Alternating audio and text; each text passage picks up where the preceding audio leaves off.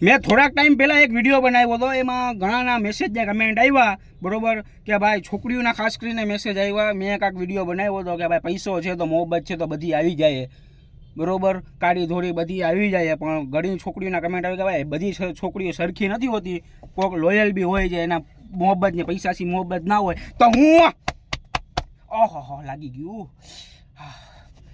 તો હું એમ કહું છું કે હું બેરોજગાર છું, બેરોજગાર, બરોબર.